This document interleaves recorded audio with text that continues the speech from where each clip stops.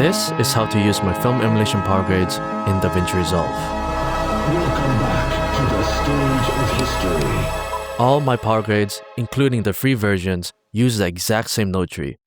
Either way, as long as you're using the DaVinci Wide Gamut intermediate workflow, this can work for you. First things first, color management settings. Timeline color space DaVinci Wide Gamut intermediate, output color space Rec 709 Gamma 2.4. We'll start by applying the PowerGrade. Step 1 will adjust the first node, the color space transform. My footage was shot with a Blackmagic 6K, so I'll change the input accordingly. So once you've applied the color space transform, we'll go through each of the primary adjustments. We will start with the exposure and balance node. For exposure, we'll keep it simple. I'll use the HDR exposure slider and just increase it by half a stop. Remember to always play your clip so you can see it in motion.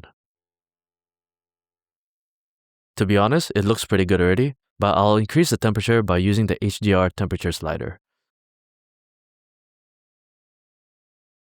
Next, for the primaries node, if your footage is already well balanced and well exposed, I wouldn't really adjust anything here. But if you need to shape your image when adjusting the exposure and balance is not enough, then I'll primarily use the lift, gamma, and gain sliders.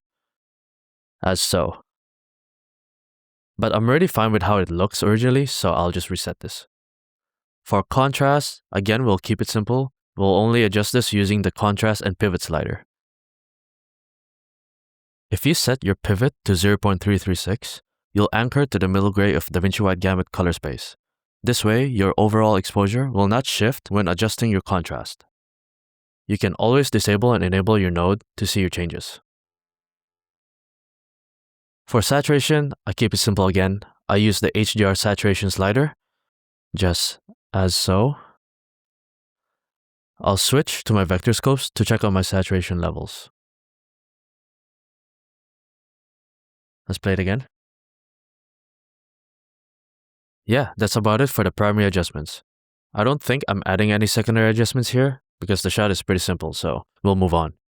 For the film lab node, this is where I house all the textures.